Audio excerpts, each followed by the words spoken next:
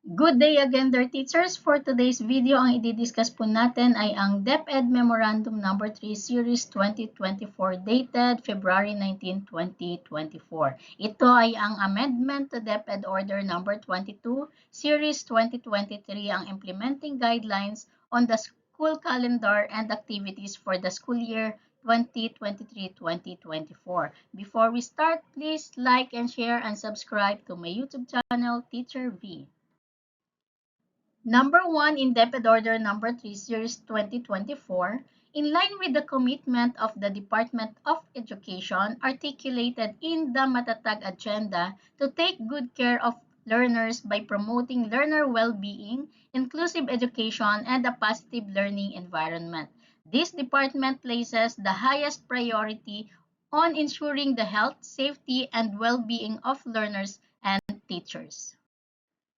Number 2, to ensure that this commitment is fulfilled, DepEd recognizes the clamor to gradually revert the school calendar to the pre-pandemic opening of classes. Alongside the resounding consensus from extensive consultations with teachers, learners, and relevant stakeholders, the same call is echoed by the findings of the study conducted by the Philippine Normal University titled Analysis of the Basic Education School Year Calendar in the Philippines, Inputs to Policy.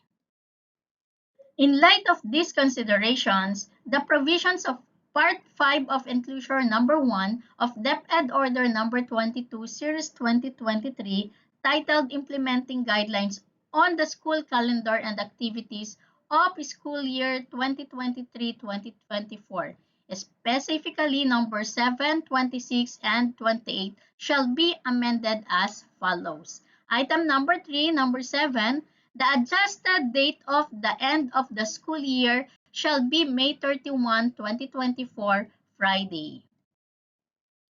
Item 3, number 26, the School Awards Committee shall deliberate on awards and recognition not later than 3 calendar days before the end of school year rights for the following: learners who will receive recognition and awards, and learners who are candidates for graduation.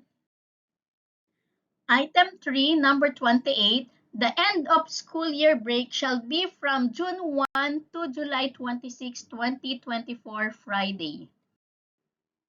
Quarterly examination shall be scheduled as follows. Third quarter will be on March 25 and 26, 2024, and fourth quarter will be on May 16 and 17, 2024.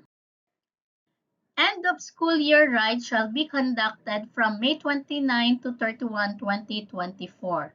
The schools may conduct the end of school year rides on June 1, 2024, Saturday, only upon consultation with teachers and parents.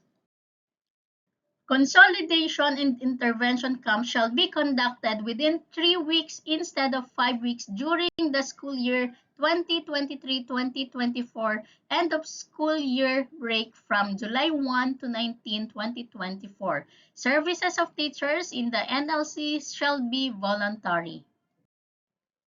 Central managed co-curricular activities shall be scheduled within the end of school year break with the following specific dates. Palarong Pambansa will be held on July 6 to 17, 2024. National Festival of Talents will be on July 9 to 13, 2024. National Schools Press Conference, July 9 to 13, 2024, and Learners Convergence, July 9 to 15, 2024. Brigada Eskwela will be on July 22, Monday to July 27, 2024, Saturday. The start of school year 2024-2025 will be July 29, 2024, Monday. End of the school year 2024-2025 will be May 16, 2025, Friday. And of course, no voluntary or mandatory task or activities shall be assigned to teachers from June 1 to 30, 2024. That's all for today, dear teachers. Thank you for watching. Don't forget to like and share and subscribe my YouTube channel, Teacher V.